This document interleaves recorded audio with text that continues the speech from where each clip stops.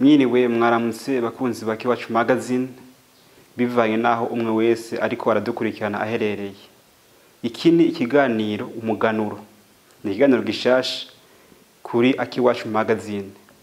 Ni ikiganiro mushikirizwa na Iwacu magazine mugiteguriwe na Patrick Nduwayezu. Ni ikiganiro muzoza mwakurikirana ku misi yose ya kane igihe cy'isaha 2 z'ijoro. Ni ikiganiro kizoza kirabayagira ku mico n'akaranga vy'u Burundi. Uyu munsi rero twateguriye ikiganiro kivuga ivyerekeye itanga ry'umwami. Itanga ry'umwami tubigeranya no mu gihe ca none ukubisikanya kw'abakuru b'ibihugu ku butegetsi. Ariko aho bitandukaniye nuko mu gihe ca none hari ico bita manda ikiringo. Ico naco gitegekanwa n'ibwirizwa shingiro. Ariko aho hambere ho rega siko vyari bimeze.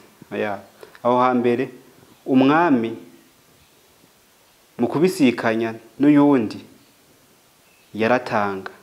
Mu gutanga rero yiha ubuki. Yanwa ubuki burimwo umuti wica. Nico gihe amaze kunywa arapfa.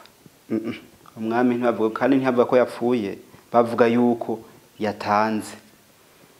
Bukiye bwaho abanyagihugu baramenya yuko hari ikintu cari kibaye.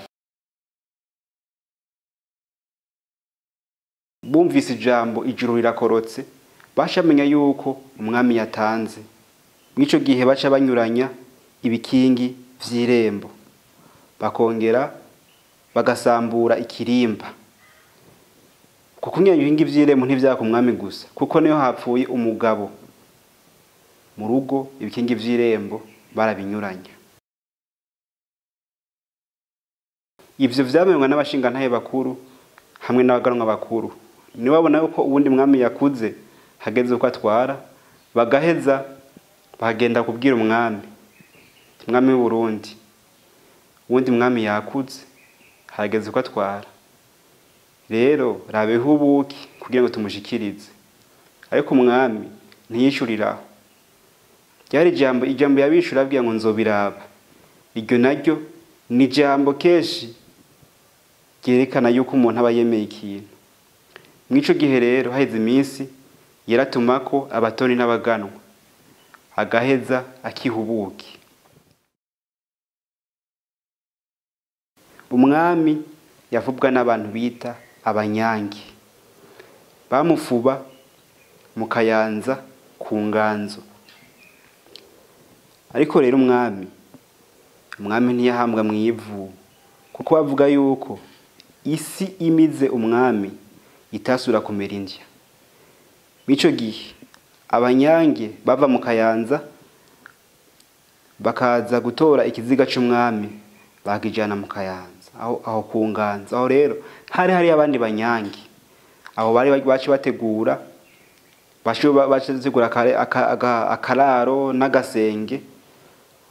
Niho rero bashira ikiziga c'umwami bakakirariraho, bakaza baragisiga amavuta kugira ngo ntikibore. Musi yaho gasenge bashirayo icansi.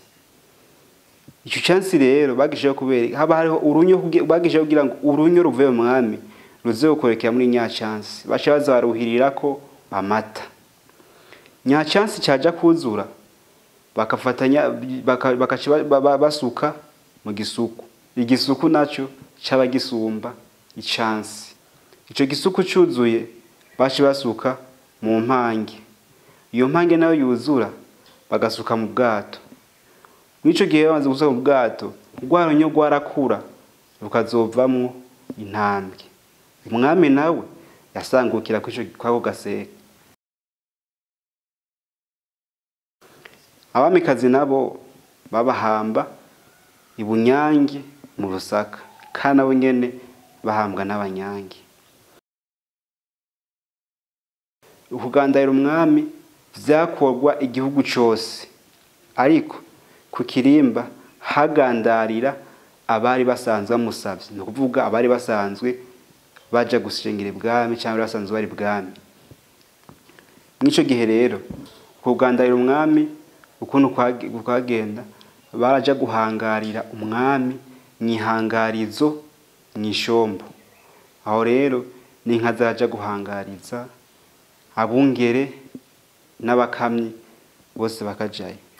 Kuri uwo munsi rero niho umwami wundi yimikwa bamaze kumarirwa ku mwami, niho uwundi mwami yimikwa basha mujana ikivyeyi akaba ariho yimira. Kuwo munsi kandi hariho habaho umwungere yaravuga ibicuba, umukamyi mukuru nawe agasubira agashikirizwa injishi y'imihivu. Nuko vyari bimeze. Reka tubashimire ko umwanya mwafashe mukadukurikirana kuri Akucu Magazine. Twibutse ko ikiganiro muzoza muragikurikirana ku minsi yose ya kane igice saa 2 z'ijoro. Tunabemera yuko tugiye kuza turabazanira abatumire bazi vyinshi binaribonye ku byerekeye imico n'akaranga by'u Burundi. Niharambe imico n'akaranga by'u Burundi.